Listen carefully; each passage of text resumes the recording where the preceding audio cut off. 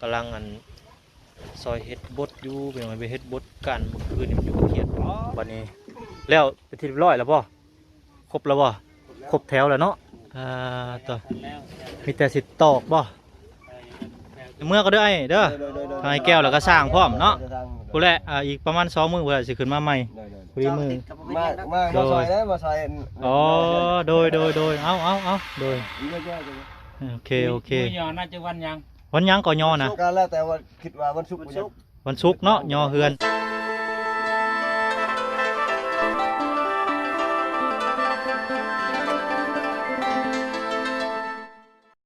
เราไปลองเปิดภาพมาตัวนี้ตุ่มต่ำแล้วเป็นไว้บัดนี้เนาะโอ้โหเต็มเบิดคุยเลยบัดนี้เนาะสบายดีพ่อแม่พี่น้อง14กันบ่สุขสุขคนเด้อน้องพี่น้องเนาะบอกว่าสิอยู่ไกลมื้อนี้มาพบกับบ้านเสียงรายคือเก่าคือเดิมพี่น้องเนาะมาสุดนี่พี่น้องเนาะบัดนี้แล้วไปที่เรียบร้อยแล้วบ่ครบแล้วบ่ครบแถวแล้วเนาะต่อมีแต่สิตอกบ่ยังเหลือแถวสุดท้ายเนาะสิตอกจังหน่อยก็แล้วแหละพี่น้องเนาะคือทางสร้างเพิ่นประมาณ3-4 โมงเพิ่นว่าแล้วเนาะตอนนี้ฮักก็2 โมงเพิ่นเนาะบ่าย2 โมงก็สิแล้วก่อนกำหนดแล้วพี่น้องเนาะเพิ่นว่าบ่เกิน3 โมงแล้วเพิ่นเนาะแต่ว่าบ่ฮอด3ซ้ำฮักฮอด2 โมงแล้วก่อนโมงว่าเนาะแม่นแหละดีแล้วก่อนโมงเพิ่นว่าพี่น้องฮักก็ได้ฮักก็2 โมงแล้วตอกอีกวันนี้ก็เรียบร้อยพี่น้องเพิ่นคัดประมาณ3-4 โมงเพิ่นว่าแล้วบัดนี้แล้วเกินคาดว่าซั่นเนาะเอาพี่น้องมาทักทายเพิ่นก่อนสวัสดีไอ้แก้วเด้อสบายดีไอ้แก้วสวัสดีสร้างพร้อมบ่สุขคนเด้อกินข้าวกินน้ำแล้วบ่โอเคฮึบยังน่ะโอ้ระวังค่อยเด้อ100 โล 200 โลก็ว่ากันไนัปกนี่จ้ะระวังได้ไอ้แก้วเว้ยค่อยเอาใส่อันนู้นใส่ตัวนี้ก่อนก็ได้ใส่ได้ป่ะ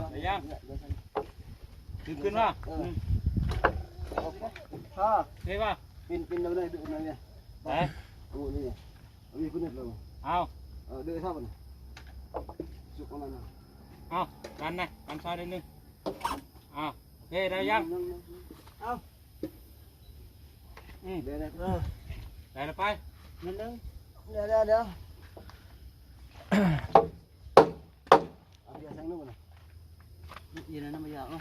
ตาดมยากเอาวีเพลินเลยเนี่ยวีเพลินเลยเนี่ยเขาทางพี่อ่ะไปใส่หมด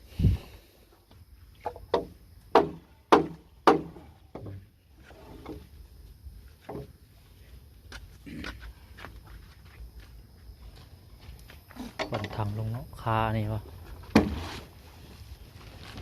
คาหลังคาถอดกันตุ๊บ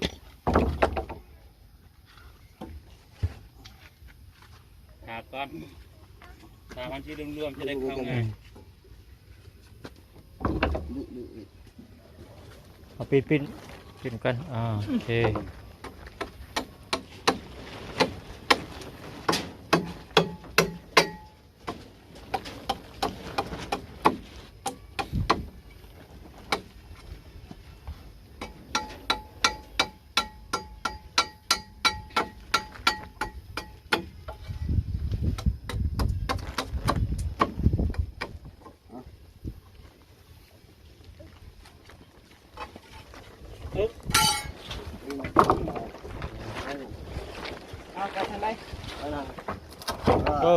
เรียบร้อยวันนี้ง่ายๆนะเอามาง่ายๆหรือเปล่ามาง่ายๆก็เอามาง่ายๆดัดลงเลยคายังเด้อได้ยังอีกหน่อยนึงเดี๋ยวกระสีเขาแล้วลง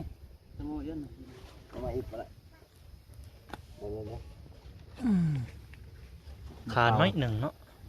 เดียวตอกข่าวก็ร้องแล้วมั้งนี่ เน็ตเดียวนะ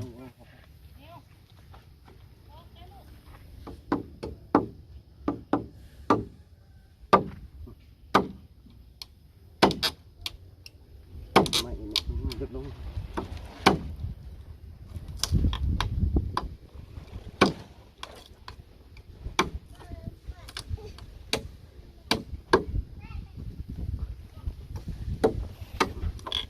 บ่แม่นไม้หงเลื่อยเนาะมันบ่ถึกแบบปานใดโอ้ระวังระวัง ออกเลย เอาละเอาละ ออกเลยเอา เอา ไปเลย เอา ครับจะง่าย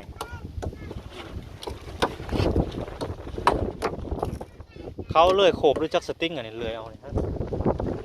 สติ้งเนาะสติ้ง นี่ลูกดิ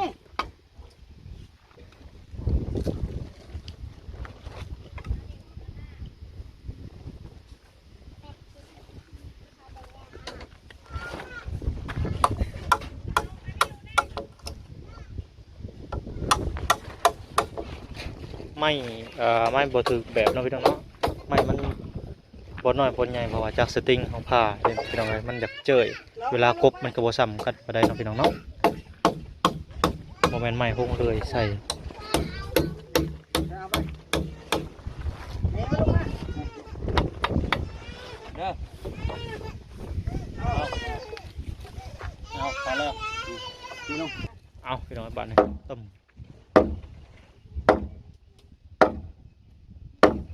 ลงบ่อเอาแล้ว แห้งลงไป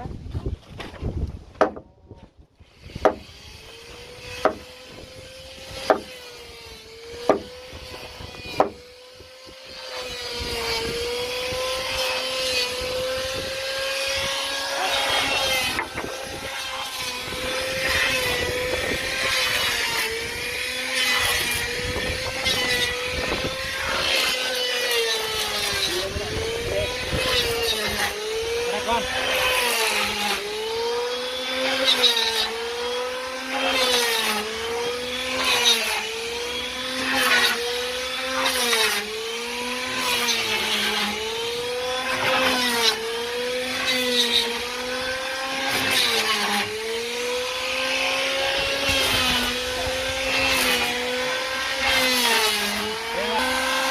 กดมาต่อกันกันเนาะ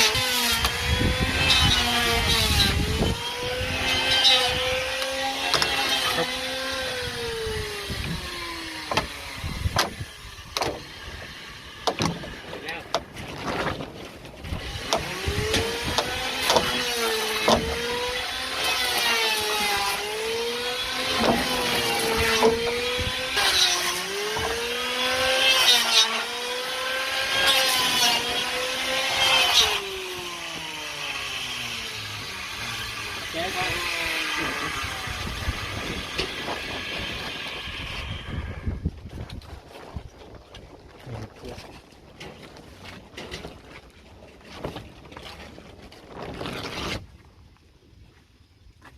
ทั้งหมดใส่เจ้เลย นี่ ยังไงมึง ได้หนึ่งได้หนึ่ง พี่น้องตอนนี้ก็ตอกแล้วเป็นที่เรียบร้อยเบิดแล้วพี่น้องเนาะบัดนี้เนาะมีแต่กบไม้ไว้น้ำพี่น้องไอ้บ้านนี่ตอกตอกข้อ2ข้อ3แล้วเป็นที่เรียบร้อยแล้วพี่น้องเนาะมีแต่กบไม้ไว้บัดพี่น้องไอ้ลมก็สิมาพ้นก็สิมาแล้วพี่น้องไอ้พวกอ๋อตกลมแห้งลีบาดเนาะโอ้ฝนสิมาแล้วพี่น้องเอ้ยบาดนี่ปวดโตเด้อว่าสิเมื่อพี่น้องเนาะมื้อนี้ พ้นหลักทางบ่จักอันนี้เมื่อได้อยู่บ่เนาะมื้อนี้เนาะแต่ว่าเพิ่น ต่อเป็นไปได้น้องพี่น้องตอนแรกจะตกพี่น้องเนาะคือว่าแหละพี่น้องอากาศห้ามฟ้าห้ามฝนบ่ได้พี่น้องเนาะ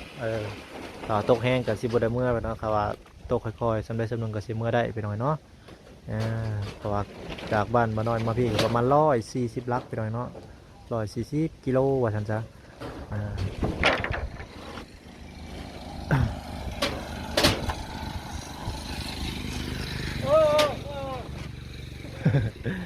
ห้องสมูกันวันนี้เลย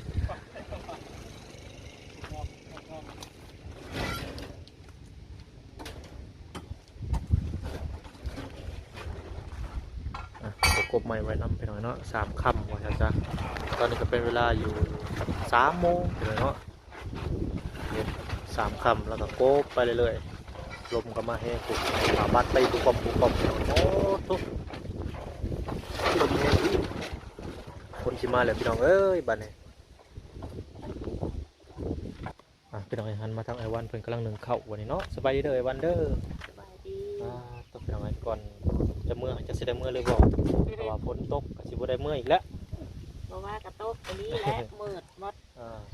ตามเคยพี่น้องเนาะว่าสิเมื่อได้กับฝนตกแต่ละเทื่อก็ได้ฝนหลัดทางไว้ผู้รถบ่อยากให้เมื่อบ่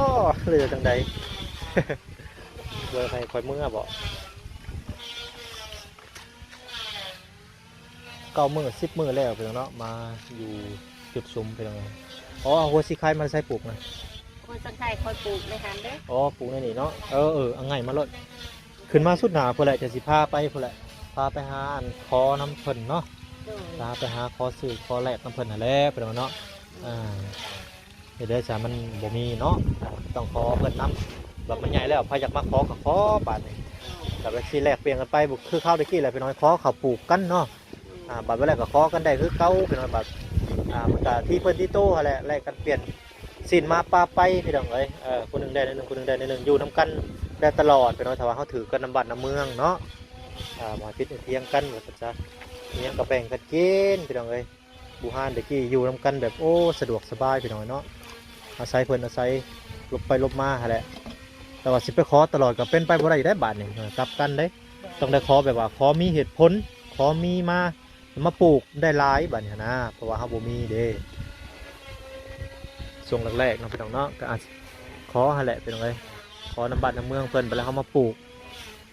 มันเกิดไงเกิดหลายพายอยากได้ก็มาเอาบาดนี้พี่น้องเอ้ยถ้าขอไปกินนี่ก็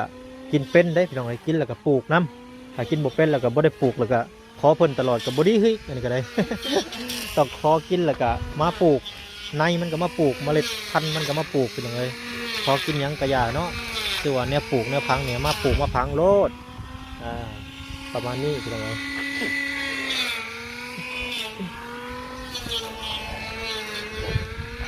รถสร้างเพิ่นโอ้รถสร้างถ้ามาจอดไว้ไผ่คักแท้นี่อ๋อมันสิบ่บึ้มบ่เบิ่งมันหยาแดดแล้วบ่รู้ว่าจังไดโอ้บังสังกะสีอยู่เนาะมันจอดติดไฟเดี๋ยวไฟลุกแห้ง โอ้บังจุงออกให้เพิ่นก่อนตอนแรกนี่เฮ็ดหยังกินบ่มียังเลย บ่มีบ่มื้อนี้โอ้โหกระซามตกปุ๊บ ลมแห้งเลย ลมแห้งแล้ว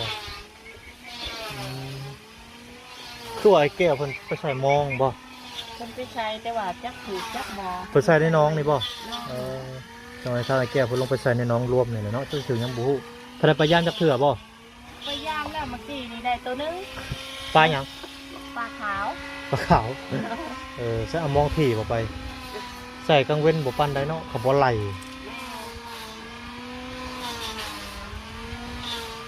น้องต้องไหลได้ไปน้องใส่มือน้อง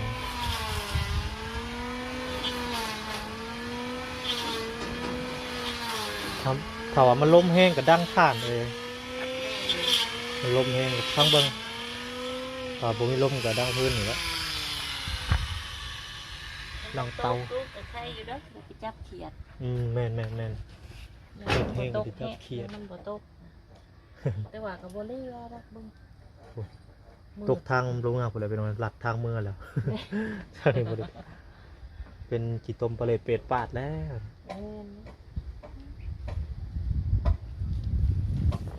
โอ้ลมแรงมาแล้ว มันจะมาแ จืดง่อยสิกินได้นี่ เป็ดกับบดนี้ไปทางใดเปล่ากระซามหน้ามันมีอยู่บ่แก้วน้ำน้ำมันนะ บ่มี อันเอากระซามขุดคุ้มไว้บัดพังไว้ มาเล่นน้ำบ่คุณตกในหันบ่มีเป็นต้มบดเล่น เราไปทางใดอยู่เป็นตีนน้ำแข็งแล้วมันบกมันคือไก่หรอกเนาะกินได้เนาะไก่ละยำมันคาก้นนะเพราะเป็ดนี่เก่งได้ห้อยก็กินได้ แม่นกินได้ทุกอย่าง กินได้ทุกอย่าง กระดูกมันก็กิน ได้ไปทางใดครับเมื่อน่ะแหบตีนข่อยซับปุกอย่าแล้วผู้หักก็ได้ บ่มีแมงใหม่กินนึงเด้ ฝนตกวันนี้แมงเม่าจะออก แม่นบัดนี้ต้องเกลือเขาแล้วต้องเกลืออันนั้นห้ามแล้วให้เพิ่นไปเจือห้ามใหญ่ไว้อันนี้ ในไวแหงขนาดเบิ่งคู่มือยังต่างเนาะบอสัญญาอามาเนี่ยน้อยขนาดสักกระปั้นใหญ่ไวใหญ่กว่าไก่ไวกว่าไก่เด้อ แม่น เป็ด พอแล้วจะน่าจะกินแล้วจะน่าจะกิน นางพิงไทยแบบนี้บ่ห่อนบ่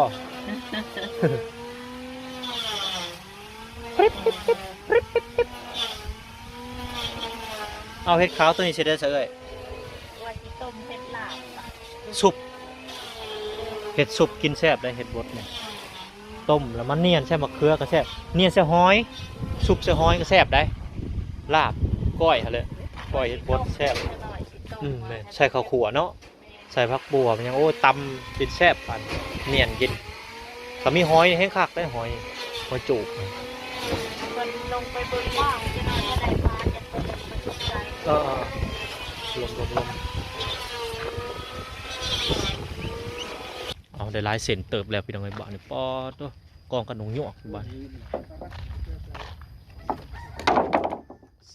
4 6 8เสร็จแล้วเนาะ8เสร็จแล้วพี่น้องไอ้บ้านนี่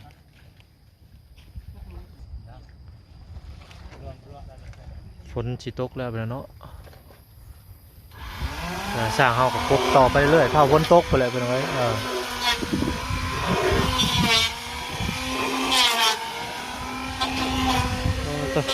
ดินมันอยากลุกอยู่นี่น้อยหนึ่งเนาะมันอยากเป็นบวกอยู่นี่เป็ดมันลอยลิ้นอยู่นี่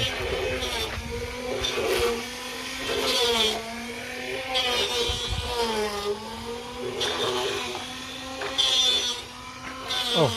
ปลานี่แห้งเลยปลาขับคลองอยู่นี่แห้งเลยโอ้เป็ดปิดให้เป็ดกินเนาะนี่ปิดให้เป็ดกินได้นี่เป็ดมันจะกินได้บ่มันกลางที่นอนโอ้ปลาขับคลองโคตรยากแท้ปิดให้เป็ดกินก่อนเป็นอะไรบ้านในตอนนี้กำลังซอยเฮ็ดบดอยู่เป็นอะไรไปเฮ็ดบดกันเมื่อคืนนี่มันอยู่เขียดอ๋อขี้ฝุ่นแท้เต็มหัวเต็มหางปวดโผล่เลยซุปหรือว่าลาบก้อยอะไรเป็นอะไรจะว่าได้ก็เอิ้นกันไปว่ากันไปหลายคนเอิ้นหลายคนว่าภาษาลาวนี่หลายเนี่ยว่าได้เป็นอะไรเนาะ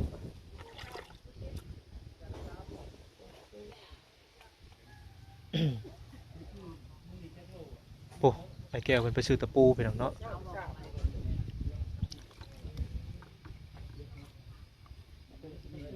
เท่าก็ได้เนาะต้มไปเปื่อยเนาะ อาหารบ้านอ้าวมีอะไรอาหารอีสานหรืออาหารลาวพื้นบ้านลาวเฮานี่เฮ็ดโอ้พี่น้องเอ้ยฝนตกแล้วบัดนี้เนาะปาโตพี่น้องเอ้ยฝนตกฝนห้ำแล้วพี่น้องเอ้ยฝนตกฮุบกบฮุบเขียดเขาเด้อบัดนี้ เก็บเครื่องอุปกรณ์พี่น้องเอ้ยบัดนี้ฝนตกแล้วโตจกจากมาแล้วเนาะโตปิดเครื่องพี่น้องไอ้บ้านเนี่ยบ่าวน้อยก็สิได้ปิดเครื่องอำลาพาจากพ่อแม่พี่น้องไปแล้วพี่น้องมื้อนี้ก็สิได้กลับบ้านครับว่ามันฝนบ่เซาก็สิได้อยู่หั่นแหละพี่น้องเนาะโดยสบายดีวัน สวัสดีเด้อบ่าวพร เพราะว่า จะได้บัตร มันเกิดของลูกของโมยา อ๋อนั่นบ่ ก็เลยสิลัดมาจังซี่ อ๋อ จากนี้ไปประมาณ40-50 โลนี่แหละ อ๋อ บ้านบ่อยา เออเดี๋ยวลัดมือไปน้องไอ้ฝนกระตกพร้อมเหมือนเอ้าอย่ามัน บ่มีสุดการฝนเลยบ่มีแต่สุดทนฝนเนาะ สุดทนฝนกับเสื้อค่าคิงนี่แหละพี่น้องเอ้ยเออโอ้ยมาแล้วผ้าก็ห้องไปเลยสิได้ลำลาผ้าจากพ่อแม่พี่น้องไปก่อนบัดนี้เนาะเอาซะกลับก็เด้อเด้อบัดนี้เด้อมื้อหน้ามื้อในพุ่นแหละ 2-3 มื้อจังสิขึ้นมาใหม่โดยเมื่อก็เด้อไอ้เด้อทางไอ้แก้วแล้วก็สร้างพร้อมเนาะพุ่นแหละอีกประมาณ2 มื้อพุ่นแหละสิขึ้นมาใหม่พอดีมื้อ มาซอยได้มาซอย อ๋อโดยเอาโดยโอเค มือยอน่าจะวันยัง วันหยังก็ยอนะ ก็แล้วแต่ว่าคิดว่าวันศุกร์ วันศุกร์เนาะยอเฮือน สนุกได้สนุกดี โอ้มื้อนี้วันหยังซะ มื้อนี้ วันพุธ วันพุธพฤหัสศุกร์พอดีขึ้นมาพอดีเลยเนาะ หัดเข้า โดยวันพฤหัสหัดเข่า วันศุกร์มิถุนายนนี่เนาะ โอเคเอาเมื่อก็เด้อคนหน่อยเด้ออันเดียวสวัสดีเด้อสบายดีสบายดีโอเคอ่ะเอานาบ่าวเมื่อก่อนบัดนี้โดยกลับก่อนบัดนี้พ้นผ่ามาแล้วพี่น้องเอ้ยโดย